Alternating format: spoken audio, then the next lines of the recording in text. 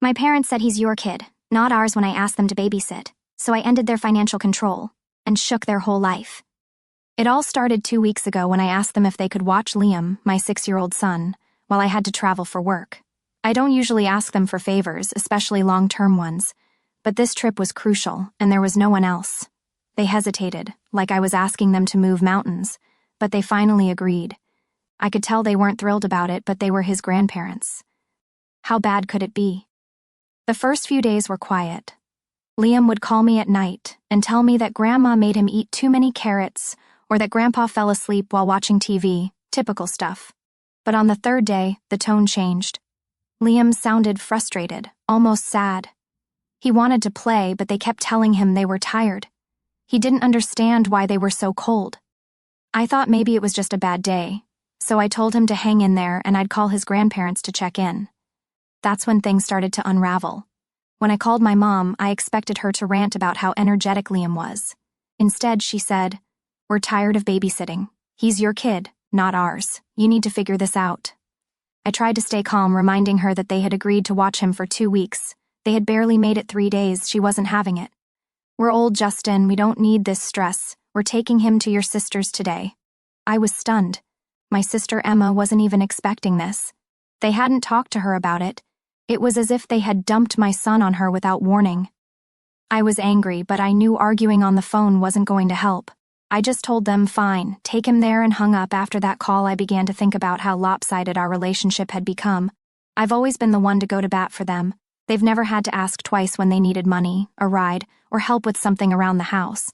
But the moment I needed them to do something important, it was suddenly too much for them. I wasn't going to let it go this time.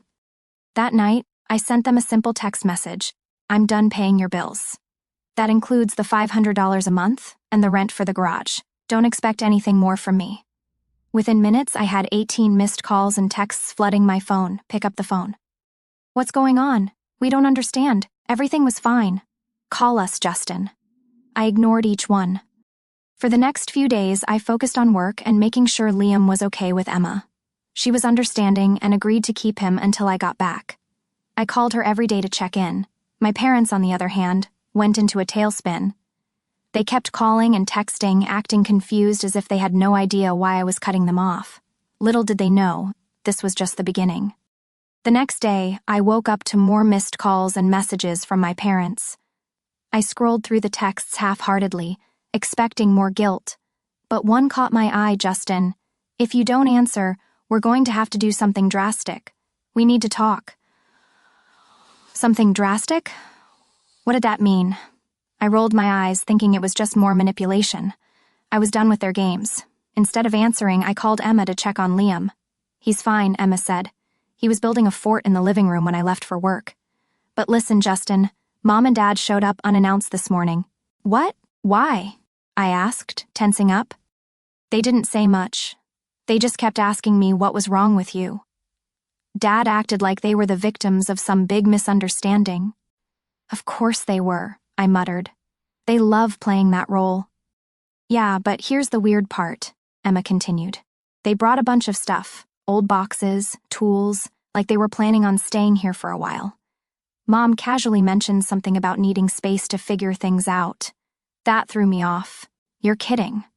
They're moving in with you?" Emma let out a sharp laugh. "Oh, hell no.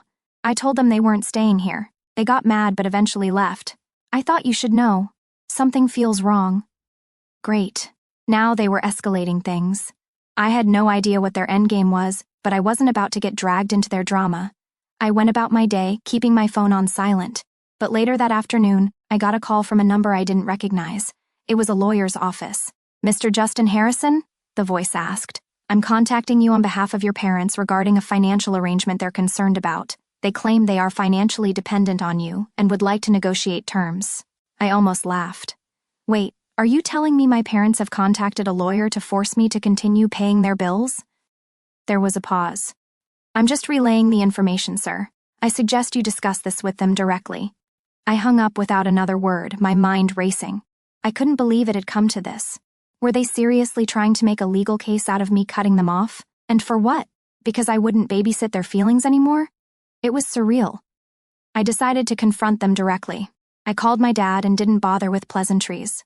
I just got a call from a lawyer. Would you like to explain? His tone was casual, as if nothing was wrong. Oh, that? We just thought maybe if we talked to someone you'd come to your senses. You're being unreasonable, Justin. Unreasonable?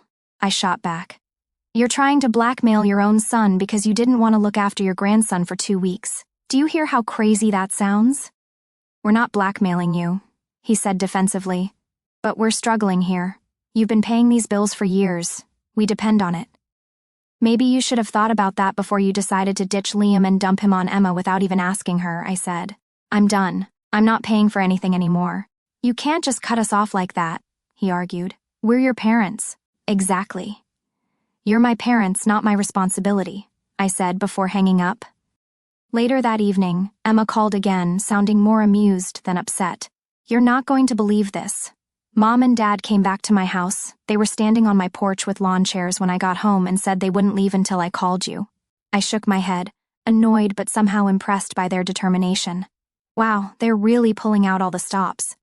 Oh, it gets better, she said. I told them you would call them back when they stopped acting crazy. They finally left, but not before threatening to cut me out of the will. You'd think they were billionaires the way they acted. We both laughed, but deep down, I was getting tired of the theatrics. The situation had spiraled far beyond anything I'd expected. Still, I wasn't going to back down. Emma and I decided it was time to flip the script. If they wanted to play games, we could play games. What they didn't know was that we were about to give them a taste of their own medicine. I came home 10 days later and went straight to Emma's house to pick up Liam. He was thrilled to see me and jumped into my arms as soon as I walked through the door. Emma filled me in on the last few days, including my parents' bizarre antics, random visits, more guilt trips, and a dramatic claim that family bonds are being torn apart. Typical. They're desperate, she said as we sat in her kitchen. They even tried to play the sympathy card with me, talking about their failing health. Funny how their health only declines when their wallets do. I replied. We shared a knowing look. Emma had been through her share of battles with them too. Most of the time, they didn't take her seriously, probably because she wasn't supporting them financially like I was. But now that their cash flow had dried up, they were looking for any leverage they could find. After spending some time with Emma, I took Liam home. I wanted him to feel settled after all the chaos. He seemed fine, but I could tell he had picked up on some of the tension. Are Grandma and Grandpa mad at us? He asked from the back seat. I looked at him in the rearview mirror. They're just upset because I made a decision they didn't like. But don't worry about it, it's not your fault. He nodded quietly, but I could tell it was still on his mind. The next morning, the calls began again. I ignored them at first, but after the 6th one, I finally answered. Justin, my mother began, her voice overly sweet. We just want to talk. You can't keep shutting us out like this. What's there to talk about? I said. You've made your decisions and I've made mine. I'm done paying your bills. End of story. Don't be like that, she pleaded. You're putting us in a really tough spot. We've been struggling since you cut us off. Your father has chest pains from distress. Really? Chest pains? I asked skeptically. Do you know what causes chest pains? Maybe trying to make your son feel guilty when you're perfectly healthy. Justin, she snapped, dropping the sweet tone. This isn't a joke. We raised you, and this is how you repay us? Raised me? I said. Emma and I practically raised ourselves. You only show up when you want something from us. And now that I'm not your bank, I'm suddenly the bad guy? We're a family, Justin. Families support each other, she said. Exactly. And what was your support when I needed you to look after Liam? You couldn't handle 3 days of babysitting without throwing a tantrum and dumping him on Emma. There was silence on the other end before she finally said, You're being unfair. We're old. We have limits. And so do I said. I'm not going to argue about this anymore. We're done. I hung up the phone and turned it off. I was done playing their games. Over the next few days, they tried every tactic in the book, calling Emma to complain, leaving messages about ungrateful children, and even sending me a letter saying they would never forgive me if I didn't change my mind. Emma and I laughed it off, but we both knew they wouldn't give up that easily. Sure enough, a few days later, they tried one last trick. They showed up at my house unannounced. I opened the door to see the 2 of them standing there, looking tired and exhausted. We just want to talk, my father said. I sighed and let them in, even though I wasn't in the mood for another guilt session. They sat on the couch, fidgeting like children who'd been caught misbehaving. "We've been thinking," my mom began, "and we realized that we may have been a little harsh." "A little?" I raised an eyebrow. "We've been stressed, Justin," she continued. "But we don't want to fight anymore. Let's work something out. Maybe we can compromise." "Compromise?" I repeated. "You mean you want me to start paying your bills again?" No, she said quickly. "Just maybe help with a few things here and there. We're not asking for much." I stood there for a moment, watching her squirm. I could see through the act. They were trying to play nice, hoping I'd give in, but I wasn't going to fall for it. "I'll think about it," I finally said, knowing full well that I had no intention of giving them a dime. They left soon after, clearly unhappy that they didn't get what they wanted. Emma called me later that night and laughed when I told her what had happened. "They really think they can sweet-talk you back into paying," she said. "They're unbelievable." "Yeah, well, they're about to learn the hard way that I'm done being their ATM," I replied. This time, I stood my ground. A few days later, my mother called again. This time, her tone was softer, almost regretful. "Justin, we've been thinking a lot about everything. We want to apologize, for real this time. We were stubborn, and we're sorry for the way we treated you and Liam." I was silent for a moment, trying to figure out if this was another trick. "We're inviting you and Emma over for dinner," she continued.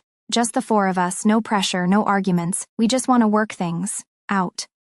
I hesitated but figured maybe they had finally come to their senses.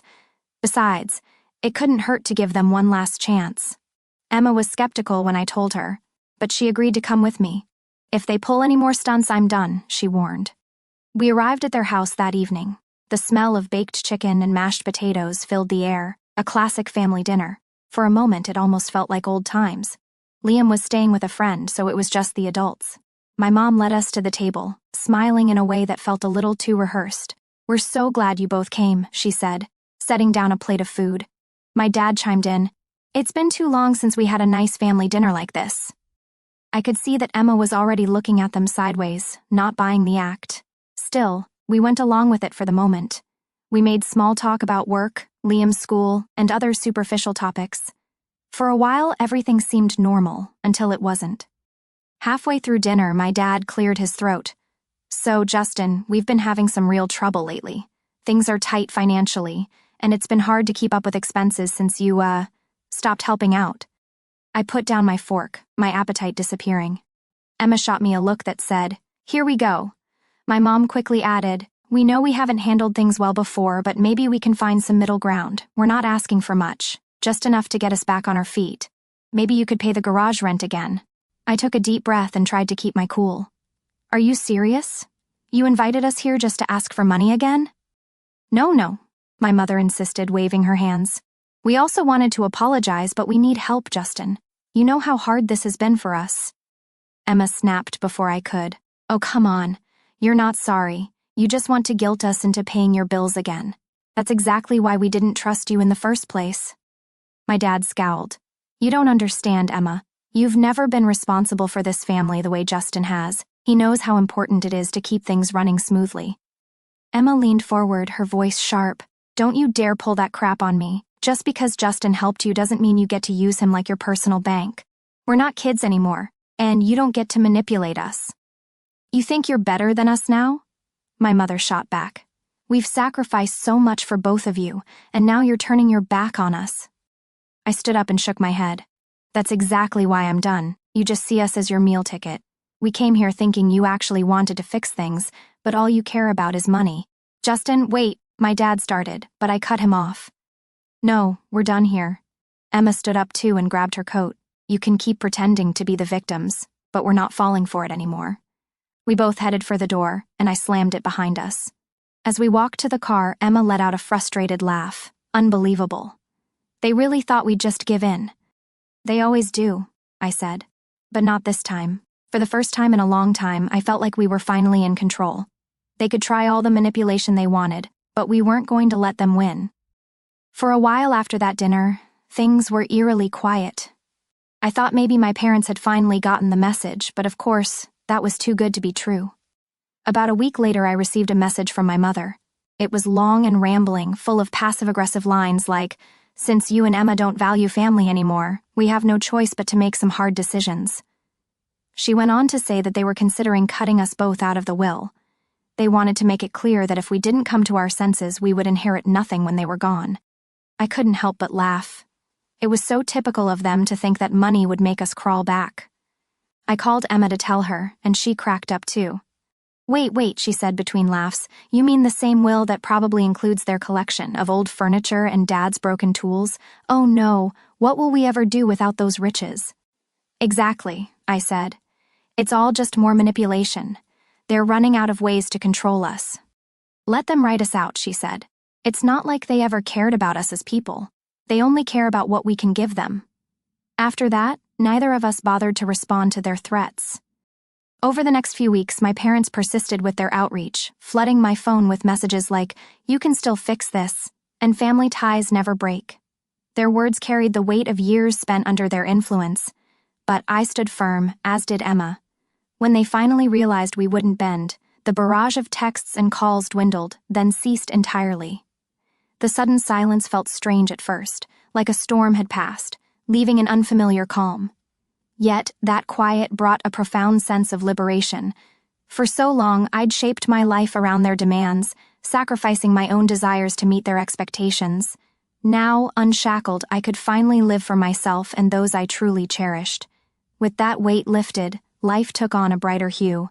Work flourished, each day bringing new successes that boosted my confidence. Liam's laughter echoed more often, his happiness a mirror of the stability we were building. Emma and I grew closer, our bond strengthened by shared resolve, free from our parents' shadow. Then, unexpectedly, a new chapter began. At a friend's lively gathering, I met Tessa, a woman whose sharp wit, grounded nature, and genuine kindness cut through the noise of my past like a breath of fresh air. We clicked instantly, our conversations flowing effortlessly over shared drinks and laughter. Her warmth was a stark contrast to the turmoil I'd endured, and it wasn't long before I felt a spark of something real, something worth holding on to. The greatest joy was seeing how much Liam loved Tessa. Initially, he'd been wary about me dating again, his young heart cautious after years of just the two of us. But Tessa had a gift for putting him at ease. From their first meeting, she won him over with her warmth, diving into board games with him, patiently guiding him through math homework, and whisking him off for little adventures to the park where they'd chase squirrels or race to the swings. It wasn't long before Liam dubbed her his favorite adult friend, a title that carried more weight than any crown. One evening, as we cleared the dinner plates, Liam's small voice broke through the clatter of dishes. "Dad, do you think Tessa could be my new mom someday?" His question caught me off guard, stirring a mix of emotions. His biological mother, Emma, had left years ago, carving out a new life far removed from ours. Her rare calls and fleeting messages left a gap in Liam's world that I'd tried to fill with love and stability. But I knew he longed for more, a mother's presence, a complete family. I knelt beside him, choosing my words carefully. "I'm not sure, buddy," I said softly, ruffling his hair. "But Tessa cares about us a lot. Let's take it one day at a time, okay?" His face lit up with a hopeful smile, as if that promise held all the possibility he needed. As the months passed, Tessa and I grew closer, our bond deepening with every shared moment. I began to envision a future together, one where laughter filled our home and Liam's eyes sparkled with security. Life wasn't without its hurdles, work stress, parenting challenges, and the occasional clash of wills, but with Tessa by my side, those obstacles felt surmountable. Liam thrived in the stability we created, his confidence blossoming.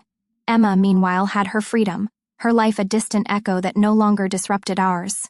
As for my parents, their disapproval lingered like a shadow, but their silence was their choice. I didn't need their validation or their inheritance. I had built something far more valuable, a family woven from love, trust, and resilience. Tessa and Liam were my home, and that was more than enough to anchor me through any storm.